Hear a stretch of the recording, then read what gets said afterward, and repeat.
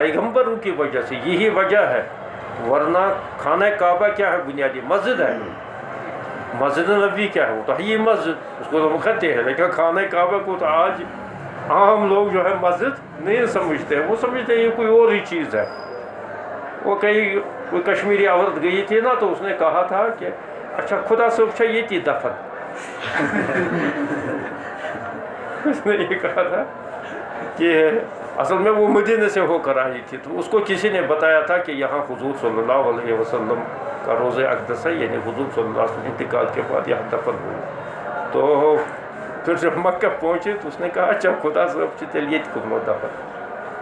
تو وہ یہ کچھ لوگوں کا تصور ایسا ہی ہوتا ہے کہ پتہ نہیں کیا ہے یہاں، اس کے اندر کیا رکھا ہوا ہے وغیرہ کیا۔ مسجد ہے، وہ حضرت ابراہیم علیہ السلام کو بنا دی، لیکن اس میں وہ تقدس جو اللہ تبارک و تعالیٰ نے، ایک تو اللہ کے حکم سے بنی، اور دوسرے حضرت ابراہیم اور حضرت اسماعیل اور حضرت جبریل علیہ السلام کے دست مبارک اس میں استعمال ہوئے۔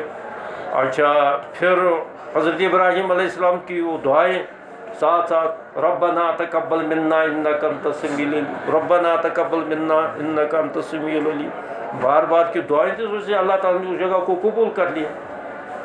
چلو وہ اگر اس کی بنا سمجھی جائے گی، وہی کتاب الحج کے اندر نے لکھی ہے کہ اس میں تو کئی اقوال ہیں۔ ایک قول یہ ہے کہ حضرت جو ہے ابراہیم علیہ السلام سے اس کی ابتدا ہوئی ہے، ایک قول یہ ہے کہ حضرت آدم سے اس کی ابتدا ہوئی ہے۔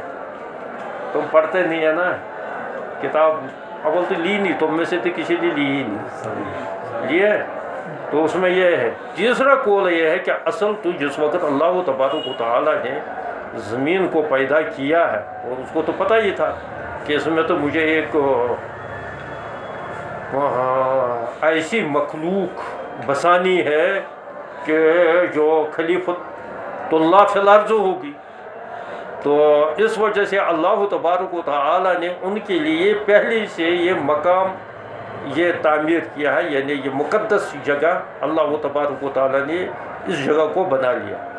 پھر یہ بھی کہا جاتا ہے کہ اس وقت ملائکۃ اللہ نے اس کو وہاں جو ہے کے ذریعے اللہ تبارک و تعالیٰ نے اس زمانے کے اعتبار سے کچھ تھوڑی سی تعمیر کروائی تھی، نشانات ڈلوائے تھے، ارد گرد پتھروں کی کچھ تعمیر کروائی تھی فرشتوں کے ذریعے سے، تاکہ وہ اس زمانے سے میں ہے یوم خلق السماوات والارض۔ یہ بھی ہے ایک مفسرین کا قول۔ تو اب اس اعتبار سے لے لو، اس اعتبار سے لے لو، تو لیکن یہ ہے کہ اس میں تقدس تو زیادہ آ گیا ہے۔ تو اس معنی کر کے جب اللہ تبارک و تعالی جنت کے اندر تعمیر کر لے گا، کیونکہ یہاں تو نسبت آ گئی ہے بن اللہ لہ بیتا فی الجنہ، اس کی نسبت چاہے وہ فرشتہ ہی تعمیر کر لے، وہاں اللہ تعالیٰ تھوڑی تعمیر کرنے کے لیے آئیں گے، کریں گے تو تعمیر کون؟ فرشتے، لیکن نسبت کس کی طرف ہوگی؟ اللہ تعالیٰ کی طرف۔ اس کا مطلب یہ ہے کہ اس کا تقدس بھی بہت بڑا تقدس ہوگا۔ تو اس وجہ سے یہ مثلیت جو ہے نا، یہ وصف کے اعتبار سے نہیں ہے، یہ مطلقاً بنا کے اعتبار سے، سمجھے؟ مطلقاً بنا کے اعتبار سے۔ بس دنیا کے اندر بھی جو ہے اس نے بھی مسجد ہی بنائی ہے، اللہ تعالیٰ نے اس کا نام جو اپنی شان کے مطابق اس نے، کیونکہ اللہ تبارک و تعالیٰ جب کسی چیز کا، کسی عمل کا بدلہ دیتا ہے تو وہ اپنی شان کے مطابق دیتا ہے۔ بندہ جب دیتا ہے وہ اپنی شان کے مطابق، کہا جاتا ہے کہ وہ حاتم طائی کے پاس کوئی گیا، کوئی عورت مانگنے کے لیے گئی، وہ تو سخی آدمی تھا، جاتے تھے لوگ اس کے پاس، تو اس نے اس سے کہا مجھے 2 درہم چاہیے تاکہ مجھے جو ہے شام کا، صبح کا یا ایک دن کا کھانے پینے کا بچوں کے لیے انتظام ہو جائے۔ تو اس نے اٹھا کر جو ہے دے دیے اس کو 2 تھیلیاں، ایک تھیلی میں 100 درہم ہوتا ہے، تو 200 درہم دے دیے، بہت بڑی رقم ہے یہ۔ کسی نے اس سے کہا کہ اس نے تو 2 درہم مانگے تھے اور آپ نے 2 تھیلیاں دے دی۔ اس نے حاتم طائی تو اس میں بڑا مشہور تھا، یہ تو ضرب المثل ہے، تو اس نے کہا کہ اس نے تو اپنی ضرورت کے مطابق مانگا اور میں نے اپنی شان کے مطابق دے دی۔ جب بندہ اپنی، یہاں دیوبند کے اندر جو ہے ایک انور صابری تھے، انور صاحب شاعر تھے، دارالعلوم دیوبند کے فارغ تھے، لیکن یہ شاعر دیوانے ویوانے جیسے ہوتے ہیں، اس کی منہ اونچے بال یہاں سے لے کر ایسی، نہ کہیں منہ اس کا دکھائی دیتا تھا، نہ کہیں جو ہے اس کی یہ چہرے کی کھال دکھائی دیتے تھے ایسے ہی، اور یہ بھی بال بکھرے ہوئے. عالم تھے، دیوبند کے فاضل تھے، لیکن شاعری میں گم ہو گئے تھے، تو بس ان کا کوئی ہوش حواس نہیں رہتا، دن رات اسی میں گم ہوتے ہیں. شاعر زبردست تھے.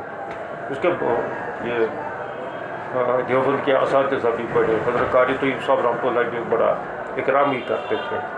ایک دفعہ میں نے بھی اس کو دیکھا ہے، اچھی طرح اس کے وہ سنے ہیں. اس زمانے میں وہ آتے تھے دارالعلوم دیوبند کے اندر، کبھی کبھی جو ہے اس سے بلاتے تھے کہ آپ جو ہے اپنا کچھ کلام سنائیں. تو ایک دفعہ وہ کہیں گئے تھے، تو وہ اسٹیشن پر اترے، ریلوے اسٹیشن پر، تو وہاں رکشے سے آ گئے. اب ان کے یہاں تو یہ دیوانے قسم کے ہوتے تھے، کرایہ تو تھا نہیں اس کے پاس، بیٹھ کے رکشے. اس وقت اسٹیشن سے اور یہاں اس کے گھر تک، وہی دارالعلوم کے پاس ہی اس کا گھر تھا، 2 روپے لیتے تھے رکشے والے. 2 روپے بھی آج سے پہلے 40 سال تو سمجھو 100-200 روپے کے مقام میں. تو اس کے پاس تھا نہیں کچھ پیسہ. اس نے رکشہ رکایا حضرت قاری طیب صاحب رحمۃ اللہ کے گھر کے سامنے، وہ تو روڈ پر ہی ہے. تو اسے کہا کہ تم رکشے والے تم یہیں رکو، میں تمہاری کرایہ لاؤں گا. گئے حضرت قاری طیب صاحب رحمۃ اللہ کے پاس. ان سے کہا حضرت میں رکشے سے آیا ہوں، تو مجھے جو ہے کرایہ جو ہے نہیں ہے، تو کرایہ دے دیجیے. تو حضرت قاری طیب صاحب رحمۃ اللہ علیہ نے جو ہے وہ 5 روپے نکالے تو وہ دے دیے. تو وہ تو شاعر تھا، تو اس نے کہا حضرت یا آپ نے تو اپنی شان کے مطابق نہیں دیا، آپ نے فقیر کے حاجت کے مطابق دیا ہے، یعنی میری ضرورت کے مطابق دے دیا ہے، اپنی شان کے مطابق نہیں دیا. تو حضرت قاری طیب صاحب رحمۃ اللہ سے اور جو ہے جیب سے 100 روپے کا نوٹ اس زمانے میں نکال کر اس کو دے دیا. اس کا تو بن گیا 10 دن کا خرچہ اس زمانے میں، اور جو ہے 2 روپے تو اس کو دے دیے، اور باقی اس نے اپنا خرچہ چلایا. تو جب بندہ یہ کر سکتا ہے کہ اپنی شان کا خیال رکھ سکتا ہے، تو اللہ کیوں نہیں اپنی شان کا خیال رکھے گا؟ تو وہ اس کے لیے اسی کی شاعر نشان، اس کے لیے بن اللہ لہ مثلہ بیتا فی الجنہ. سمجھے کم وقت تجھے تو کچھ بھی سمجھ میں نہیں آیا، کیوں اس پر جیب پر اثر پڑتا ہے نا. ہمیں تو کوئی کمانے کا طریقہ بتا دیجئے نا، کمانا کیسے، کمانا کیسا ہے، یہ تو خرچانے کی بات ہوگی. مولوی پتہ نہیں کیوں کنجوس ہوتے خرچانے میں. کسی مولوی صاحب کے پاس گیا نا کوئی، تو اس نے اسے کہا مولوی صاحب خدای سٕنٛزِ وَتہِ منٛز گوٚژھ نیازا. توبہ نعوذ باللہ، استغفر اللہ، توبہ نعوذ باللہ. اس جسارت، یعنی اس جسارت چھُس تو کران مولویس نیاز منگان. یور کَنہِ بیٛاکھ شخص اکھ نوٚنسن مولوی صٲب یہِ حظ اوس حدی کے سا یہِ رٔٹ تو دوٚپُس الحمدللہ. تو مولویوں کو بھی جو ہے خرچانے کی عادت ڈالنی چاہیے. طالب علم کے زمانے میں تھوڑا تھوڑا ہی خرچائیں. آج کل تو طالب علم تھوڑی غریب ہے، آج تو ہزاروں کے تعداد بھی جو ہے طالب علم خرچا سکتے ہیں. اور ہم جب پڑھتے تھے تو اس وقت جو ہے ہمیں قرضہ ہی ہو جاتا تھا، پھر سوچتے تھے کہ اب کس طریقے سے اس کو ادا کر لیں گے. مہینے کا خرچہ لاتے تھے دکانداروں سے ادھار کر کے، بعد میں ادھر ادھر کر کے. حالانکہ اس وقت مہینے کا خرچہ زیادہ سے زیادہ 40 روپے 50 روپے آتا تھا، کیونکہ ناشتہ اپنا ہی کرنا پڑتا تھا، مدرسے سے نہیں نکلتا ملتا تھا. چائے وائے وغیرہ کچھ نہیں، یہ تو خود ہی کرنا پڑتا تھا. اس وجہ سے کبھی کبھی تو چائے وائے کی تو یا دن میں کوئی چائے پینے کی ضرورت ہو، وہاں تو کوئی کسی مدرسے میں نہیں اس کا انتظام. اب تو کچھ مدرسوں میں ہو گیا، پیسوں کی فراوانی آ گئی نا، حرام پیسہ مدرسوں میں گتو آنے لگا نا، کافی آنے لگا، تو اس وجہ سے مدرسے والوں نے بھی خوب خرچ کرنا شروع کر دیا. لیکن سب یہ اس زمانے میں طلباء پر بھی جو ہے یہ تھوڑا سا بوجھ پڑتا تھا، تو اس میں برکت ہوتی تھی. ایک تو یہ قناعت کے ساتھ خرچ کرتے تھے، اور دوسرے وہ اپنا خرچ کرتے تھے تو اس کا اثر بھی کچھ نہ کچھ رہتا تھا.